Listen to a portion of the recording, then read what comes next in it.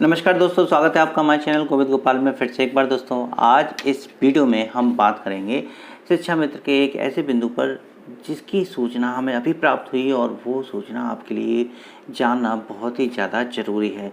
विस्तृत रूप से आज इस पर हम चर्चा करेंगे, लेकिन हम चाहेंगे कि प्लीज़ आप हमारे चैनल को पहले सब्सक्राइब जरूर करें, बेल आइकन को जरूर दबाएँ और लाइक करना बिल्कुल मत भूलिएगा।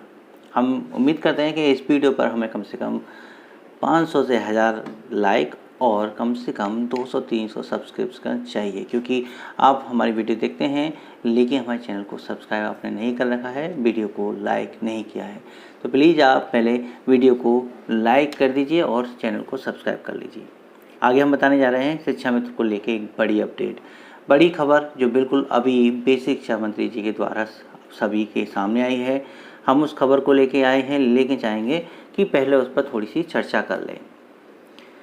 जी, हम बात कर रहे हैं कि नई शिक्षा नीति कब लागू होगी। सबसे पहला यही सवाल कई लोगों के मन में आता है, पूछा भी है कमेंट करके कि नई शिक्षा नीति कब लागू हो रही है। तो आज बेसिक शिक्षा मंत्री जी ने ये स्पष्ट कर दिया है कि नई शिक्षा नीति को पूरी तरह से जहाँ तक संभव है पूरा प्रयास 1 अप्रैल 2021 से लागू करने का सरकार कर रही है।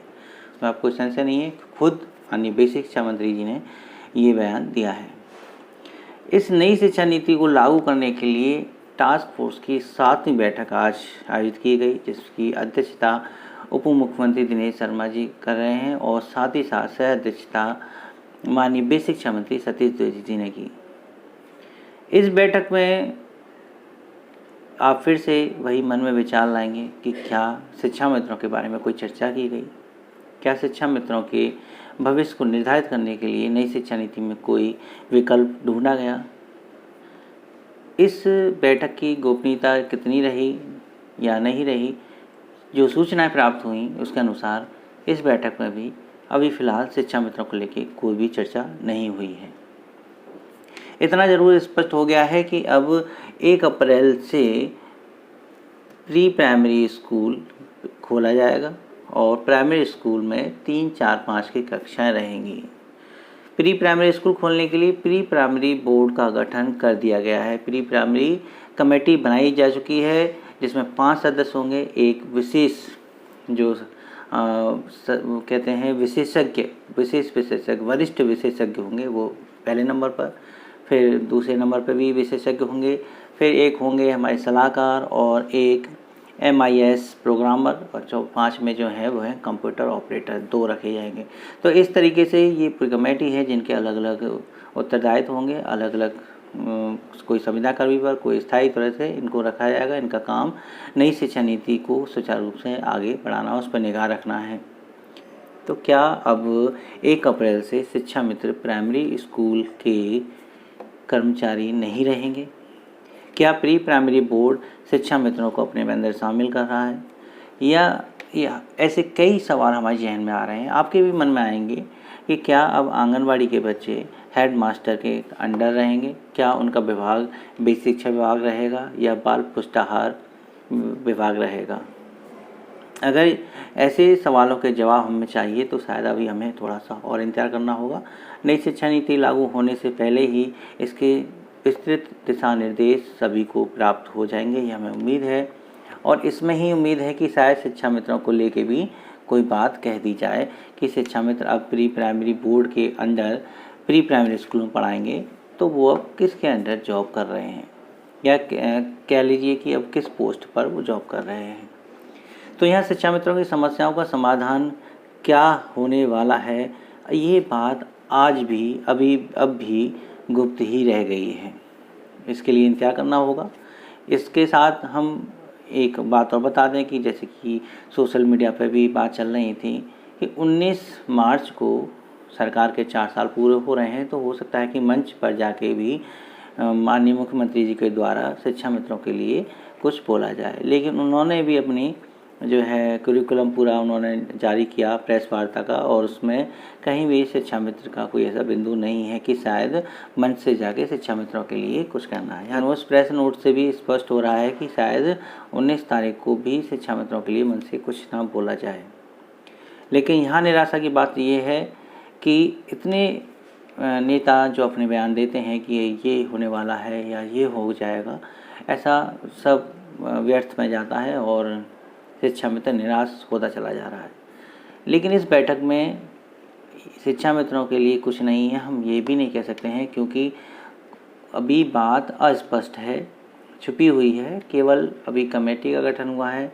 इस कमेटी के गठन के बाद इन कमेटी का दायित्व हो जाएगा कि ये इसके लिए पूरा जो है निर्देश बनाएंगे, क्या क्या होना है क्या क्या नहीं।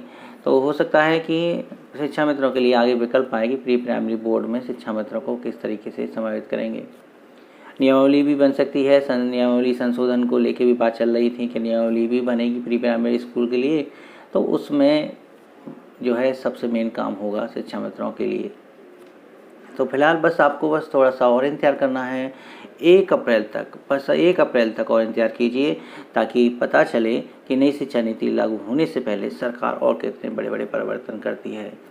फिलहाल टेट की तैयारी, 25 जुलाई का एग्ज़ाम है, उसमें कोई भी ढिलाई मत बरतिएगा, क्योंकि जब भी टेट का एग्ज़ाम आता है, जब भी यूपी टेट का एग्ज़ाम आता है, कोई ना कोई शिक्षा मित्र से संबंधित ऐसी खबर आती है जिससे शिक्षा मित्रों का दिमाग थोड़ा डिस्टर्ब हो जाता है। लेकिन आप परेशान ना हो, टेट की तैयारी पूरी तरीके से करें, पूरे मन से करें। 25 जुलाई का टेट बहुत ही ज़्यादा ज़रूरी है, क्योंकि उसके बाद जो होने वाली भर्ती है वो भी लास्ट मौका है शिक्षा मित्रों के लिए।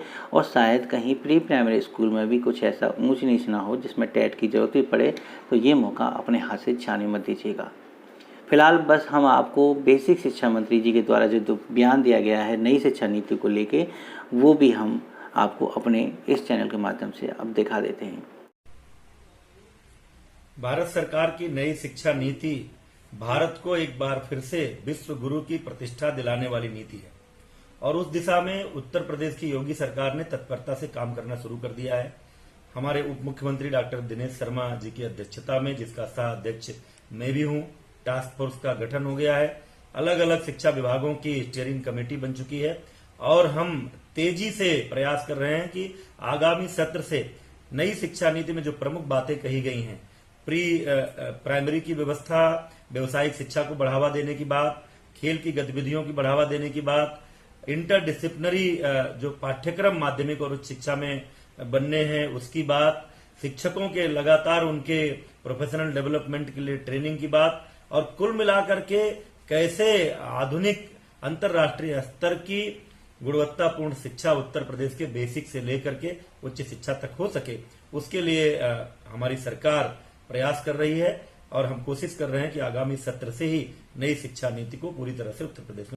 लेकिन हमारी आपसे फिर एक गुजारिश है कि आप हमारी वीडियो देख रहे हैं लेकिन आपने चैनल सब्सक्राइब नहीं किया है, तो प्लीज़ पहले चैनल को सब्सक्राइब कर लें और साथ में लाइक का भी बटन दबा दें, क्योंकि हमारे व्यूअर्स कम से 44% ऐसे हैं जो रेगुलर हमारी वीडियो देखते हैं मगर चैनल को सब्सक्राइब नहीं करते हैं। तो उनसे खास रिक्वेस्ट है, प्लीज़ मेरे 1 लाख सब्सक्राइबर्स पूरे होने के लिए आप जल्द से जल्द जो है मेरे फॉलोवर्स बढ़ा दीजिए, मेरे चैनल को सब्सक्राइब कर दीजिए और बने रहिए हमारे चैनल के साथ। हम फिर मिलेंगे आपसे, तब तक के लिए बाय बाय, टेक केयर।